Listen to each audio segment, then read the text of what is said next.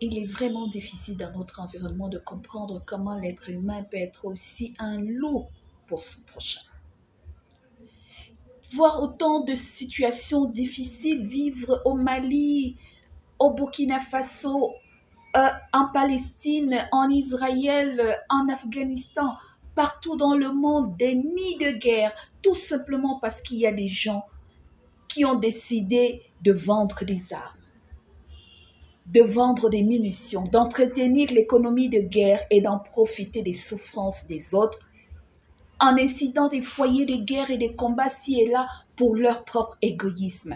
Même quand ils ont repuisé une partie des ressources pour lesquelles ces populations n'attendent que, n'espèrent n'avoir qu'un minimum des ressources de leur nation et de leur pays et leur vivre dans leur petite localité.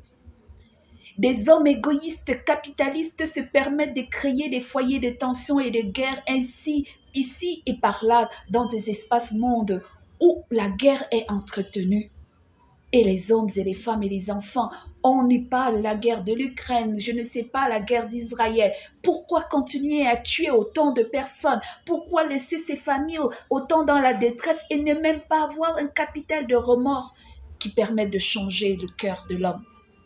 Ils tuent, ils pillent, ils torturent, ils violent et voir des enfants mangeant le pain et après on vient créer des chaînes de solidarité. Je ne sais pas jusqu'où l'humain peut être aussi mauvais et méchant envers son prochain.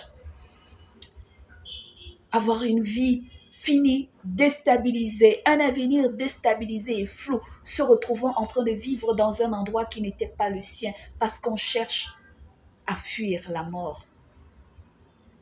Quelle douleur, quelle souffrance, quelle déshumanisation de la race et du cœur humain envers son prochain. Pendant des mois, des semaines, des jours, les gens vivent sous le crépitement des armes et la peur du lendemain.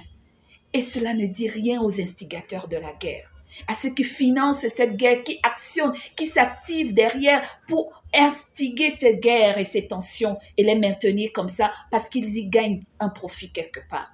Je ne sais pas jusqu'où le cœur de l'homme est capable, de quoi il est capable, mais il nous en a montré de trop. Mais ma prière, c'est que Dieu continue de soutenir ces familles dans la détresse et dans la désolation et que nous, qui n'avons la bouche que pour nous plaindre, même quand nous avons le minimum, que Dieu nous rappelle que les autres dorment sans abri, sans nourriture, mais ils louent Dieu au-delà de leur souffrance et de leur peine. Que Dieu nous aide à revoir notre façon de contrer, de traiter, de considérer autrui autour de nous.